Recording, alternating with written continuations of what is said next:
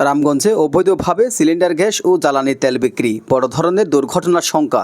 বশির আহমেদ, রামগঞ্জ প্রতিনিধির ভিডিও চিত্রে বিস্তারিত। লক্ষ্মীপুরের রামগঞ্জ উপজেলায় লাইসেন্স ছাড়াই অবৈধভাবে সিলিন্ডার গ্যাস ও পেট্রোলিয়াম জাতীয় জ্বালানি তেল বিক্রি হচ্ছে। বিভাগীয় বিস্ফোরক অধিদপ্তর ও পরিদর্শকের অনুমোদন ছাড়াই উপজেলার বিভিন্ন বাজারের শতাধিক দোকানে এই ব্যবসা চলছে দীর্ঘদিন ধরে। এতে বড় ধরনের দুর্ঘটনা ও প্রাণহানির আশঙ্কা করছেন স্থানীয় ব্যবসায়ী ও সচেতন মহল।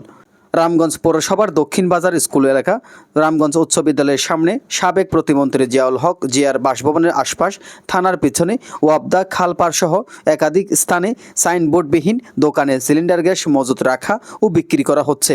লিটন রিপন নামে এক ব্যক্তি প্রতিদিন সকাল, বিকাল ও রাতে এইসব গ্যাস সরবরাহ করছে বলে অভিযোগ পাওয়া গেছে।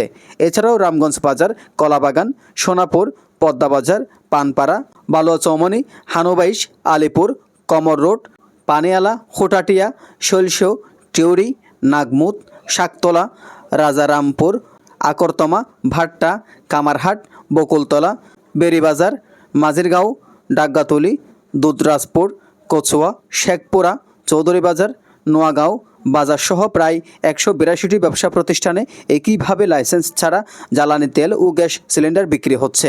আইন অনুযায়ী জ্বালানি তেল ও বোতলজাত গ্যাস বিক্রির জন্য বিস্ফোরক দ্রব্যের লাইসেন্স গ্রহণ ও দোকানে অগ্নি নির্বাপক যন্ত্র রাখা বাধ্যতামূলক। কিন্তু স্থানীয় মুদি দোকান, চায়ের দোকান, পানের দোকান, কাপড়ের দোকান, হার্ডওয়্যার দোকান, এমনকি মুরগির দোকানও খোলামেলা অরক্ষিতভাবে অকটেন, পেট্রোল, ডিজেল ও গ্যাস সিলিন্ডার বিক্রি হচ্ছে।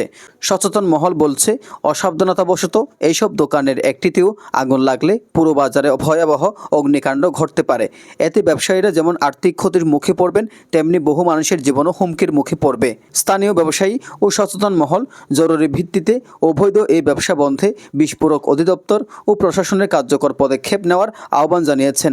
তারা বলছেন, জননিরাপত্তার স্বার্থে নিয়ম মেনে ব্যবসা করতে হবে, নচেত বিপর্যয় ঠেকানো যাবে না। গ্যাস এবং পেট্রোলিয়াম তেল বিক্রি করে, এতে বাংলাদেশ সরকারের বিস্ফোরক অধিদপ্তর এবং সরকারি অনেক সংস্থা থেকে অনুমোদন নিতে হয় এবং অগ্নি প্রতিরোধের ব্যবস্থা, অগ্নি নির্বাপনের ব্যবস্থা রাখতে হয়। আপনাদের বাজারে ঘুরে এসে দেখি অনেক প্রতিষ্ঠানে এইগুলো ব্যবস্থা নাই। তাই আপনাদের বাজারের দায়িত্ব আপনাদেরই। এই বাজারের দায়িত্ব পালন করার জন্য আপনারা কি পদক্ষেপ নেবেন একটু যদি বলেন। ইনশাআল্লাহ, আপনি যেগুলি বলেছেন এগুলি অত্যন্ত জরুরি এবং কি এগুলা করা দরকার। বাংলাদেশ সরকারের দায়বদ্ধতা না, আমাদেরও দায়বদ্ধতা। আমরা যদি এগুলা খোলামেলা বেশি, যদি কোনো রকম সরকারি নিয়মতান্ত্রিক মাফিক যদি কোনো কাজ না করি, তাহলে আমাদের ক্ষতির সম্মুখীন হতে হবে। এই জন্য আমরা চেষ্টা করব আগামীতে বাজার কমিটি মিটিং থেকে সবাইকে আত্মরক্ষার জন্য সরকারি যে নিয়মকানুনগুলি আছে এগুলি যাতে অব্যাহত রাখে।